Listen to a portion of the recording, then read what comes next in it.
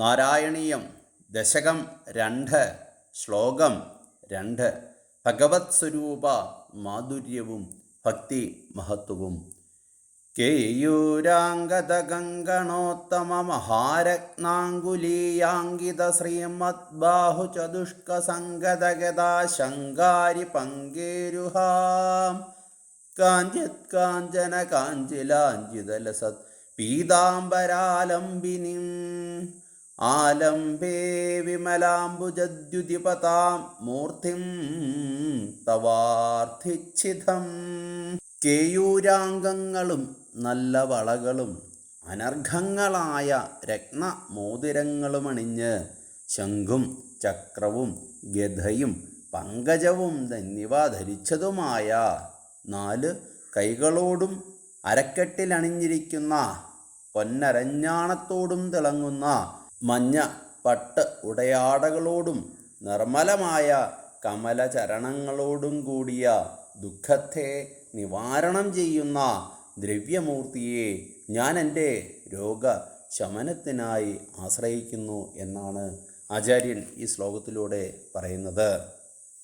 ആദ്യത്തേക്കാൾ കഴുത്തുവരെയും അർക്കപ്രഭയെ വെല്ലുന്ന മണിക്കിരീടം തലയിൽ ചൂടി നെറ്റിയിൽ ഗോപിക്കുറിയും ചാർത്തി കാതുകളിൽ മിന്നുന്ന മകരകുണ്ടലങ്ങൾ അണിഞ്ഞും വക്ഷസ്സിൽ ശ്രീവത്സം കൗസ്തുഭം വനമാല മറ്റ് ഹാരങ്ങൾ എന്നിവയണിഞ്ഞും കേയൂരം അംഗദം രത്നഖചിത മോതിരങ്ങൾ കൈവളകൾ എന്നിവയോടുകൂടിയതും ചതുർഭുജങ്ങളിൽ ശംഖും ചക്രവും ഗദാപത്മമൊക്കെ ധരിച്ചതും പൊന്നരഞ്ഞാണം അരയിൽ ചാർത്തിയതും പീതാംബരം ധരിച്ച് വിലസുന്നതുമായ ഭഗവാന്റെ പാതാരവിന്ദങ്ങളെയാണ് ദുഃഖശമനത്തിനായി രോഗശമനത്തിനായി ആചാര്യൻ ആശ്രയിച്ചിരിക്കുന്നത്.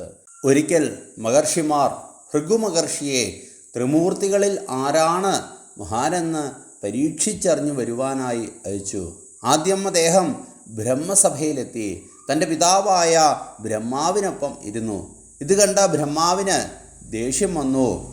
ഉടനെ തന്നെ മഹർഷി അവിടം വിട്ട് കൈലാസത്തിലെത്തി. ആ സമയം ശിവൻ പാർവതിയെ പുൽകാനണഞ്ഞ നേരമായിരുന്നു. അദ്ദേഹവും കുപിതനായി വേഗം മഹർഷി വിഷ്ണുവിനെ കാണാനെത്തി. വിഷ്ണു ആ സമയം മയങ്ങുകയായിരുന്നു. മഹർഷി വിഷ്ണുവിൻ്റെ മാറിൽ ഒന്ന് ചവിട്ടി. വേഗം വിഷ്ണു എഴുന്നേറ്റ് ക്ഷമാപണം നടത്തിക്കൊണ്ട് പറഞ്ഞു, മഹർഷി, അങ്ങ് വരുന്ന കാര്യം അറിയാതെ ഉറങ്ങിപ്പോയ എൻ്റെ അവിവേകം ക്ഷമിക്കണം. അദ്ദേഹത്തെ സ്വീകരിച്ച് സൽക്കരിച്ചിരുത്തി വിഷ്ണു ഭഗവാൻ പറഞ്ഞു, അങ്ങയുടെ പദഛിഹ്നം എൻ്റെ ശ്രീവത്സം എന്ന പേരിലുള്ള മറുകായി സ്വീകരിച്ചു കൊള്ളാം, കുണ്ഠിതപ്പെടേണ്ട. അപ്പോൾ ഭൃഗുവിന് മനസ്സിലായി മഹാത്മ്യവും ക്ഷമാശീലവും വിഷ്ണുവിനാണ് ഉള്ളതെന്ന്, അദ്ദേഹമാണ് മഹാനെന്നും. ഇതറിഞ്ഞ മുനിമാരും സന്തുഷ്ടരായി സത്വപ്രധാനൻ ഹരി തന്നെയെന്നു വാഴ്ത്തുകയും ചെയ്തു. കൗസ്തുഭം എന്ന രത്നം ഏറ്റവും ശോഭയാർന്നതാണ്, സർവ്വതും പ്രകാശിപ്പിക്കുന്നതാണ്. അത് പാലാഴി മഥനകാലത്ത് പാലാഴിയിൽ നിന്ന് പൊങ്ങി വന്നതാണ്. അതിനെ ഭഗവാൻ വിഷ്ണു സ്വീകരിച്ച് ആഭൂഷണമാക്കിയതാണ്. സുദർശനചക്രം ആയുധമായി ലഭിച്ചതിലും ഒരു കഥയുണ്ട്. ഒരിക്കൽ ദേവാസുര യുദ്ധത്തിൽ വിഷ്ണുവിന് അസുരന്മാരെ ജയിക്കാൻ കഴിയാതെയായി. ഉടൻ അദ്ദേഹം കൈലാസനാഥനെ തപസ് ചെയ്തു. 1000 നാമങ്ങൾ ചൊല്ലി 1000 താമരപ്പാവുകൊണ്ട് അർച്ചന നടത്തി. എന്നാൽ ശിവൻ ഹരിയുടെ ഭക്തി പരീക്ഷിക്കുന്നതിനായി ഒരു താമരപ്പൂ ഒളിച്ചു വെച്ചു. വിഷ്ണുവിന് ആ താമരപ്പൂ കണ്ടെത്താനായില്ല. അപ്പോൾ അദ്ദേഹം തൻ്റെ താമര പോലുള്ള ഒരു കണ്ണു പറിച്ച് അർച്ചന പൂർത്തിയാക്കി എന്നാണ്. ശിവൻ അതിൽ സന്തുഷ്ടനായി അദ്ദേഹത്തിന് ദർശനമരുളി ശത്രുനാശത്തിനായി സുദർശനചക്രം കൊടുത്തു. വിഷ്ണുവിൻ്റെ ശംഖ് പാഞ്ചജന്യം എന്ന പേര് ഉള്ളതാണ്.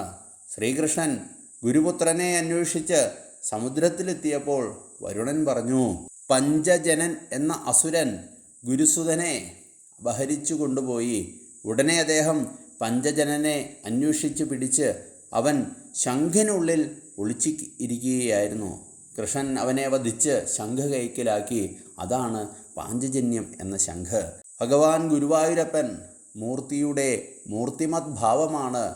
അവിടുത്തെ പദാരബിന്ദങ്ങളിൽ, അവിടുത്തെ തിരുനടയിൽ ശരണം പ്രാപിച്ചാൽ എല്ലാ രോഗദുരിതങ്ങളും എല്ലാ ശത്രുദോഷങ്ങളും മാറുന്നതാണ്.